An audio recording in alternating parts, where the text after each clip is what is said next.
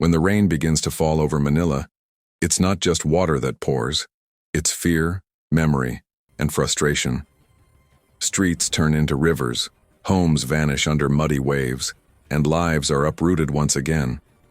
Billions of dollars have been poured into flood control projects, but in the Philippines, one haunting question remains. Have all these investments really made a difference? Over the past decade, the Philippine government, alongside international donors like Japan and the World Bank, has unveiled grand blueprints, massive pumping stations, upgraded drainage systems, new river walls, and sprawling floodways designed to tame nature's wrath. But as each typhoon season arrives, many Filipinos still find themselves trapped in the same nightmare. From Marikina to Malabon, residents speak of promises, canals dredged, dikes raised, and pumps installed. Yet when the monsoon rains come, their neighborhoods still drown. Engineers say progress takes time. Locals say time ran out years ago. Somewhere between budgets and bureaucracy, the country's flood defenses seem to leak not just water, but trust. Experts point out that the problem isn't simply technical, it's systemic. Rapid urban growth has replaced wetlands with concrete, rivers with roads. Drainage plans built decades ago are choking under the pressure of a city that never stopped expanding. Each new high-rise casts another shadow over floodplains that once absorbed the deluge. And then there's corruption, the silent current beneath every failed project. Contracts inflated, maintenance ignored, and funds that vanish like the rainwater they were meant to control. The result? A billion-dollar battle against floods that still feels unwon. But not all is failure. In some parts of Metro Manila, new systems are working.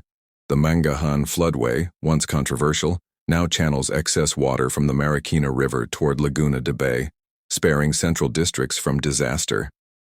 New pumping stations in Taguig and Pasig have cut flood times drastically.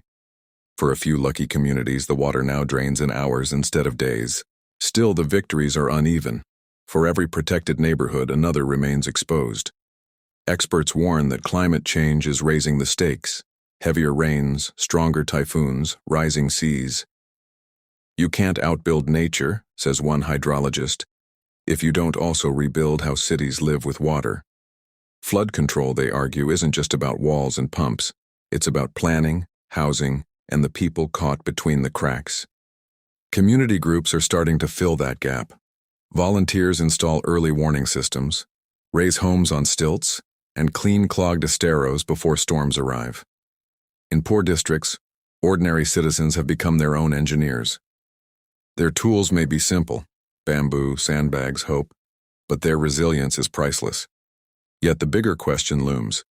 Can billions in investments truly change the fate of a country facing one of the world's fiercest climate fronts? The answer may depend less on how much is spent, and more on how it's spent, transparently, inclusively, and wisely. As another storm brews over the Pacific, Filipinos brace once again. The floods will come, they always do. But whether they'll destroy or merely pass through, that's a story still being written in every drop of rain that falls over the islands.